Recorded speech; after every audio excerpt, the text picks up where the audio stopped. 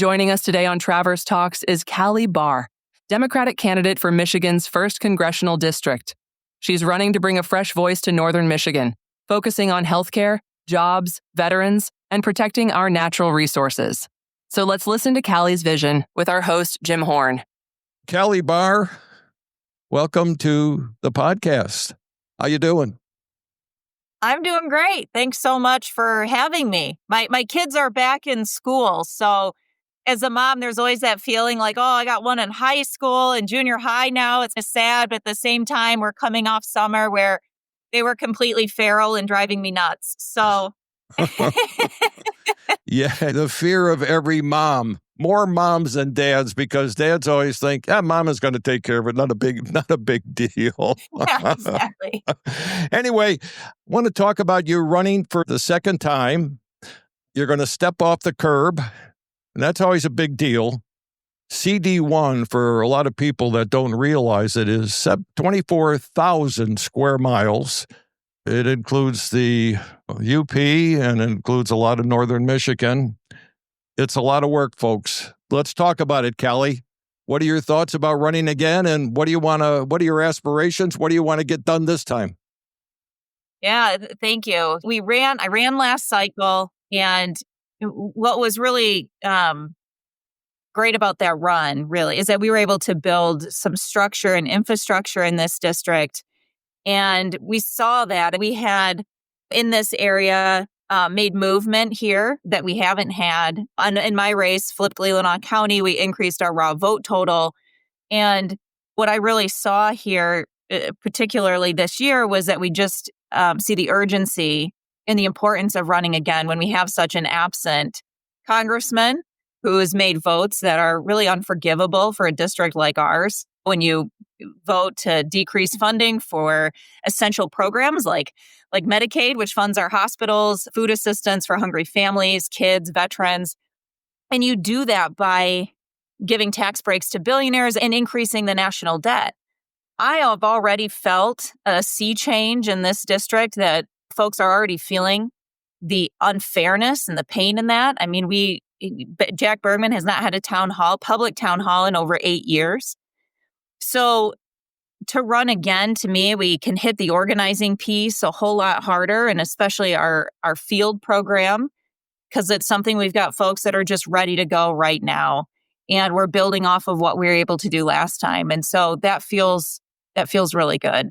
Yeah, that's interesting, because you do have a field program, and you've got field offices now, and you probably didn't have that the first time around. And for folks that always wonder why somebody runs again, I think Kelly's comment is well-founded. When you're running for a major election like this, sometimes when you do it the first time, all of a sudden you find, hey, I should have tweaked this, I should have tweaked that, and so forth and so on.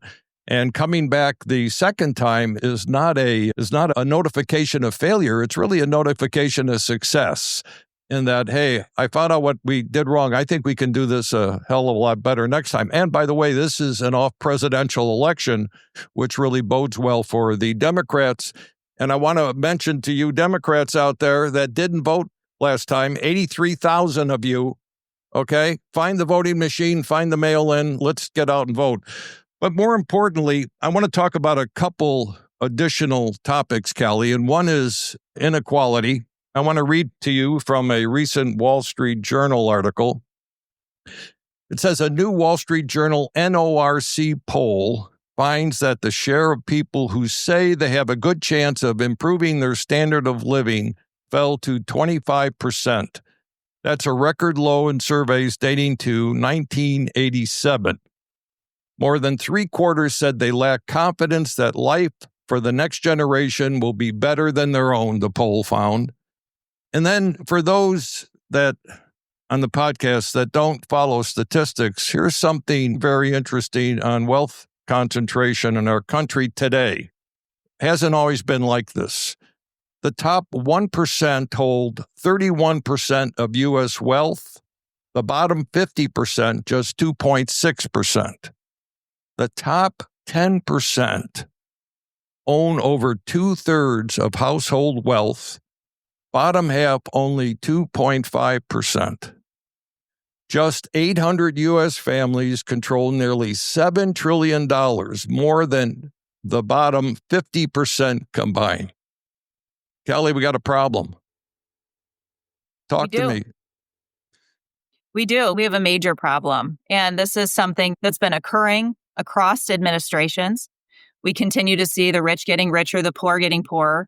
There are comparisons, I think right now, accurate comparisons to the early 1900s, where you had a change in technology, you had accompanying massive income inequality.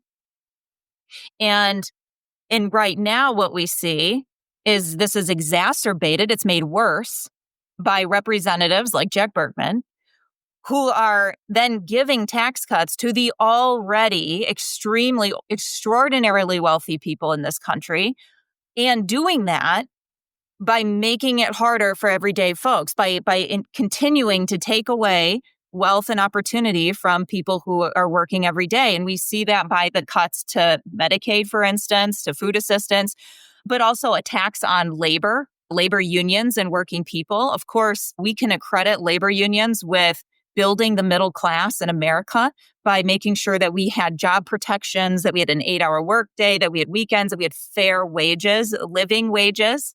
Right now, we have a lot of folks living in a gig economy where they don't have protections, right? Where maybe you're driving Uber, you're picking up work here and there just to try to stay afloat. But that doesn't mean that you're going to have a retirement, right? Or when you get sick, that you're not going to go bankrupt. We have a problem here, and we see that in our politics. When this district, even our ALICE stats, that means asset limited, income constrained, like our working poor, are very high throughout this district. And so for me, running is really about fighting so that folks in this district just have a chance to be able to afford to live a life. That's it. Just afford to live a life. And I use an acronym right now. L is for local housing. I is for income, that you can actually afford to have an income, meaning you need childcare to help you go to work. We need to protect our unions and working people. F, we need food. We need to protect our farmers. And E, we need essential healthcare and essential care for our veterans. We just need to be able to afford to live a life, that we're not asking for much. But I know, and I come from people, that we're the ones who built this country. We're the ones who fight its wars. And this country needs to work for us, not just the few. Yes, indeed. And I hope the split, I don't know if it can get much worse than what it is today, but the middle class certainly is almost gone. And we're feeding ourselves from hand to mouth, unfortunately. There are a lot of progressive policies that could be put in place to stop this. Go ahead. Yeah, and what I'd say is that it doesn't have to be this way. It's this way because that's a policy choice that has been made over time. And we know that there's been corporate takeover of both political parties. And so when we want democracy to work, when we want a government that works for people, we need something that's actually representing people and not just corporate interests and not just our very few billionaires. If we look at just even tax policy, the top 1% tax rate in 1960 was 90%. 90%. And so when we hear people say we need to go back to the time when America had a booming economy, the tax rate for the top 1% again was 90%. It's now 37%, right? The corporate tax rate has gone from 52% during that same time to 21%. So when we look at the policies that we've created, it has directly related to this massive shift in where the money's going. We're the wealthiest country on earth, and everyone else deserves a share of this. You should be able to work hard and be able to put a roof over your head and food in your fridge. So another thing that I've been thinking about, and the final question, is that we get this a little bit confused, religion or faith and politics. We're a region here in Michigan with many traditions, church pews, synagogues, mosques, and none at all. And voters wonder how those beliefs fit into policy, particularly, obviously, the political candidates. How do you balance your own convictions with representing everyone, regardless of their faith? It's such a great question because we're living in a time right now where we see religion sort of entering politics as its own legislative kind of pull that we have people who want to look to, say, the Bible for what they want to use for a secular government. And I comment on that because just not too long ago, we had the Secretary of Defense of the United States, of the most powerful military in the world, retweet something from a pastor, from a far-right pastor, who was saying that women shouldn't vote. And he copied this and he put all of Christ for all of life. And now I have 2 daughters. I'm also running for office. I think I'm an equal citizen. I want my daughters to grow up knowing they're equal citizens in this country, that they have a right to vote. That was a hard-fought victory. And when I think about religion, I grew up here in Traverse City and Sheboygan. I grew up a conservative, Christian, religious person. My faith is very important to me. My husband's a combat veteran, and I can tell you that I've been through really dark times, and my religion has meant a whole lot to me. But what I will tell you is that I believe very strongly in the First Amendment, which says that we have a secular government. The government does not establish any religion. And that's what's the beauty of America, right? It's that we can live in peace with one another, that you can worship in the way that you choose.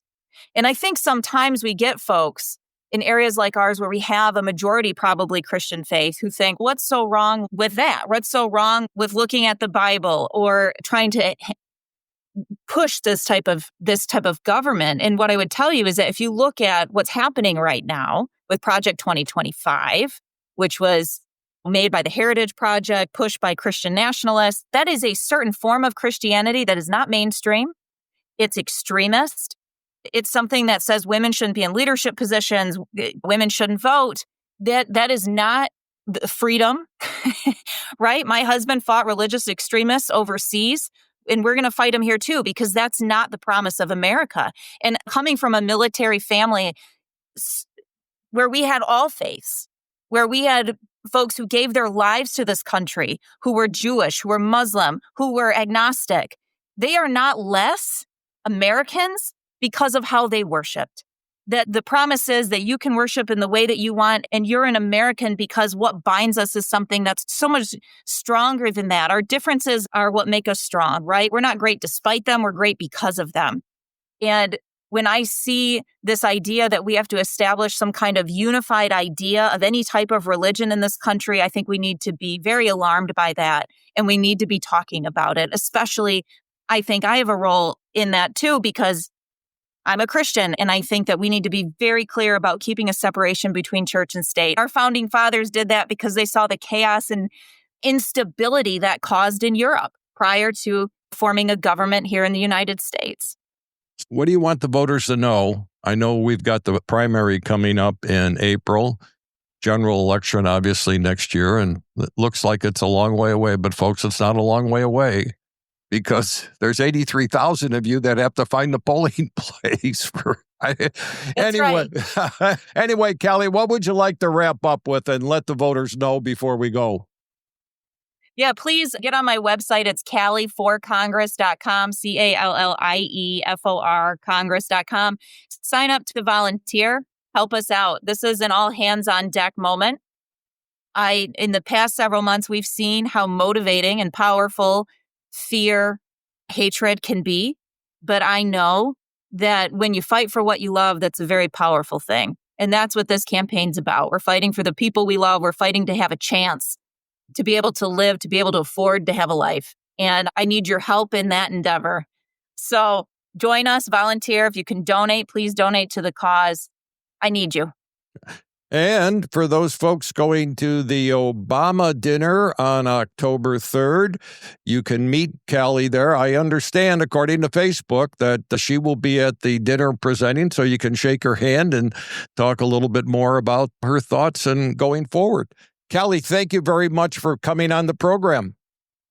Thank you for having me. I appreciate it. This was great. Yeah, thank you.